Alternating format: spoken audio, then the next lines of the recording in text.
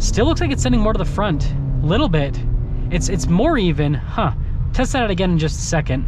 Hey everyone, it's Ben Hardy here, and in today's video, I'm going to be reviewing a Hyundai Santa Fe XRT. First and foremost, so a huge shout out and thank you to the Murdoch Hyundai here in Linden, Utah for giving me some time with this Santa Fe. I'm going to include a link to their inventory in the description down below. They have obviously a ton of the new Hyundai product, but then they also have a bunch of cool used inventory like a new Rivian R1T or some new Ford Broncos as well. So definitely check them out. And then on a side note, if you want to save time and money the next time you purchase a car, link to my car buying guide in the description down below. Let's get into the video.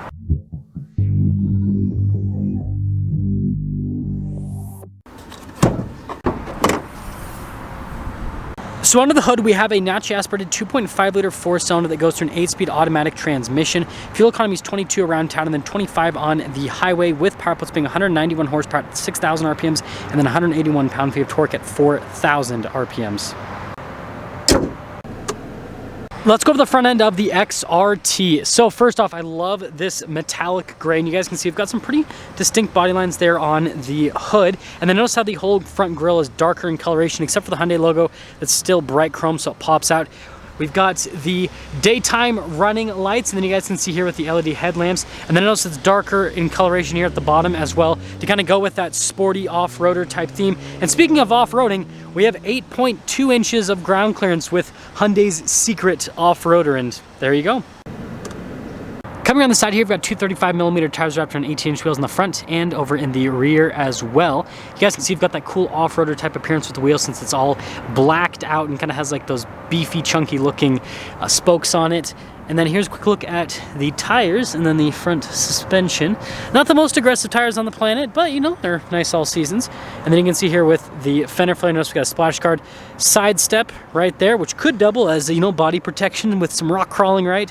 And then notice with the mirrors, and then you guys can see the silver trimmer on the windows and then on the door handles as well. And here's your full side view. Notice the crossbars at the top, that's pretty cool as well. Now here's our key fob. We have our lock function or unlock, the opening here for the hatch, and then the remote start function. So just hold this down and then it'll pop that right open. And you guys will be able to see that we've got a decent amount of storage space here. So notice we've got these to fold down the second row. Got a 12 volt next to it. We've got a cargo cover already built in. You can see it says Santa Fe. And then if we pick this up, you can see more storage space inside of that. And so yeah, overall, definitely practical with the rear. And then when you're all done, you just got to press that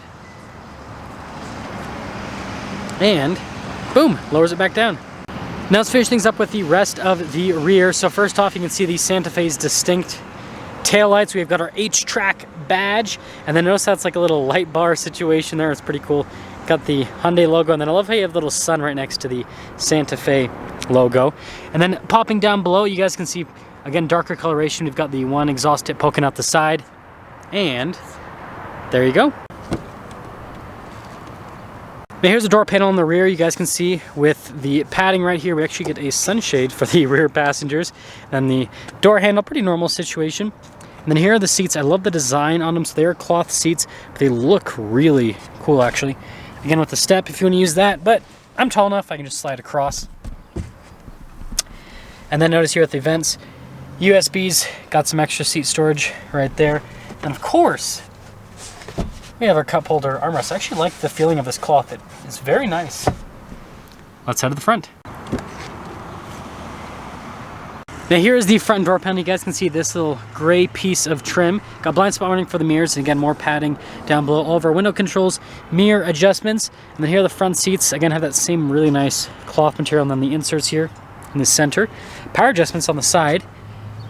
Pedal layout down below, pretty normal, nothing too crazy. Got our parking brake, lane departure, that's for the hatch, stability control. Steering wheel is manually adjustable. Let's pop in.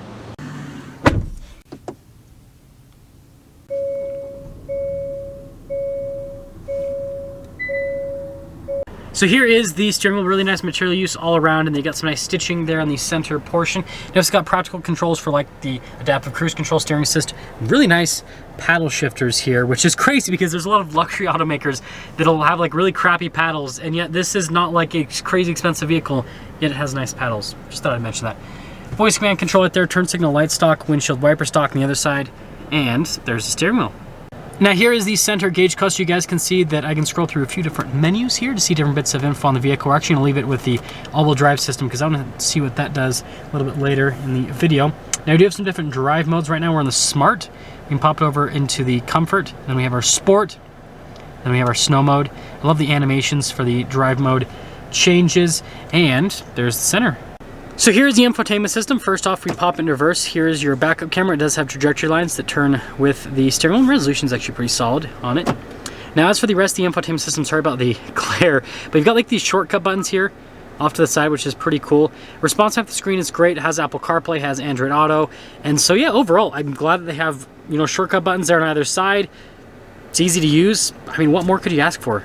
Now I just want to mention there's more like soft touch here on the dash and then stitching that kind of goes across. Kind of hard to see because of the lighting today. But anyways, hazard light button. I love how it also illuminates the button itself when you press it, which is pretty cool. We've got our climate controls just down below. Again, this has a dual zone climate system. Transmission selector here in this area. It's a bunch of buttons. Auto stop, start, auto hold. Our drive modes select. Now this does have a center locker which will evenly distribute the power front to rear. Hill descent control, and then that's for the camera system. Heated seats for the front. And then you got the USBs with the phone charger situation, which is actually right here. This is just the light to let you know that it's working, but you pop your phone in that little pocket right there, and you can cover that up if you want. Another cup holder, and then here's the center console setup. And then notice with the glove box, pretty normal setup there as well. There's also some storage space just up above. And then finishing things up top, you guys can see lighter colored headliner, pretty normal mirror setup, and there you go. So here's our window sticker for the Santa Fe XRT. So first off, warranty information. Look at this, 5-year, 60,000 mile new vehicle warranty, and then 10-year, 100,000 mile on the powertrain. And so you guys can see here with the rest of the standard equipment. Sorry about the lighting today. It's just how it is. Anyways, notice the base price right there before options are added, $34,450, and then total price, $36,390. And something that I would like to mention here is this was built in the US and the engine is from the US as well. You can't necessarily say that about a lot of domestic brands, just saying. Let's take it out and see how it drives.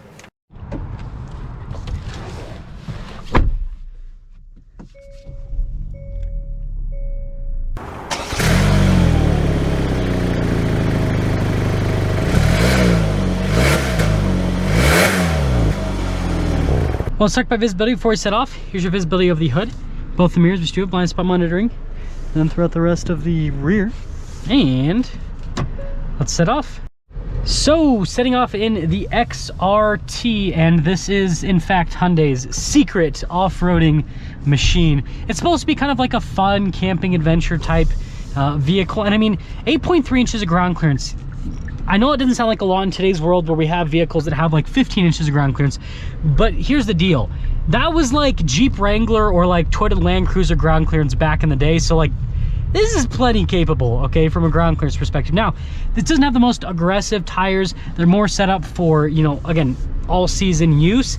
That being said though, that's an easy swap, right? You could put slightly more aggressive all-terrain tires on this and then boom, you're done. These tires will be better for day-to-day driving, getting better fuel economy. I want to have the all-wheel drive system put up here so I can see what it's doing. So sending more power to the front. We're actually going to test the center locker here today. Which, fun fact, you can do that. You can actually do that on road. So like, if you have a vehicle that has a front and rear locker, you don't really want to use that on road because it makes it so that it's very hard to turn, because it makes it so that the front or the rear wheels move at the same speed, right? Even power distribution. But the center locker, it's just front to rear, so it just means that, right, when I get on it, notice front with the power. So, gonna pop the locker on. So now it's locked, it's automatic, it's on the fly, so you can do it while driving, which is pretty cool. And I'm interested to see kind of how that basically does things now that it's supposed to be even with the power distribution from the front to the rear. Still looks like it's sending more to the front, a little bit. It's more even, huh? Test that out again in just a second. Okay, so we are back, and it still looks like it's slightly more biased towards the front, which is kind of interesting because, again, the system is supposed to, you know, quote unquote, lock it so that you're sending more power will equal power to the front and to the rear. And I have so much respect for semi-truck drivers that they're able to make these crazy maneuvers with turning and everything. It is just absolutely insane. This transmission's super smooth, I will say that. I think that is a big plus. I guess that we are going around. Yeah, it's still sending. So it's still not it's more equal than when it's not locked, but it's still front biased. So there's that. Engine's great. It's more than enough power for this. So yeah, let's sum things up. First off, I think this looks great on the outside. This is my favorite Santa Fe from an exterior aesthetics perspective, right? It's got the little rack so you can add some stuff onto it. Again, I could see someone doing like a really cool camping build on this, right? Just putting a little tent thing up there so that you can take that around on your camping adventures. And again, just put all-terrain tires on that. It's not a big deal. The all-wheel drive system seems like it's solid. Power distribution isn't perfectly 50-50, as you guys saw with the little graph there, but I mean, it's close enough, right? And so overall, yeah, it's a cool vehicle. It's a cool little, like, you know, off-road package. Now, I'm not gonna take this down to Moab or anything like that. I wouldn't do that, but, you know, going on, you know, dirt roads and up mountains and everything, like lighter trails, I think this would be a great vehicle, something that's economical from a fuel economy standpoint. And it's, you know, again, less than $40,000, so it's affordable too. Like there's a lot to love about this. That's gonna sum things up for our video on this Santa Fe XRT. Again, a huge shout out and thank you to the Murdoch Hyundai here in Linden, Utah for giving me some time with the Santa Fe. Check out the inventory in the description down below. I will see all of you in that next video.